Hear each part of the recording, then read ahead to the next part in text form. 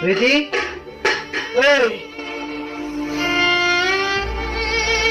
ఏమైంది ఎట్లున్నావు? మన పక్కింటి రోజా వాళ్ళకు ట్రాన్స్ఫర్ అయిందట. వాళ్ళు ఇల్లు ఖాళీ చేసిపోతారు. ఇందుకే నా ముఖం ఇట్లా పెట్టుకున్నావు. పక్కింటి వాళ్ళనంగా ఎదురింటి వాళ్ళనంగా వస్తుంటే పోతుంటుంది. రోజా పోతే ఏంటి, తర్వాత కాజా వస్తుంది.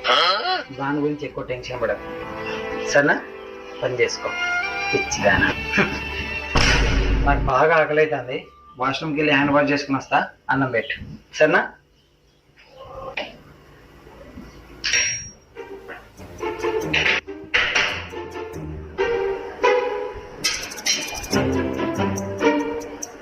ఏంది అన్నం పెట్టి 1/2 గంట అవుతుంది, ఇంకొస్తలేడు. ఏం చేస్తాను?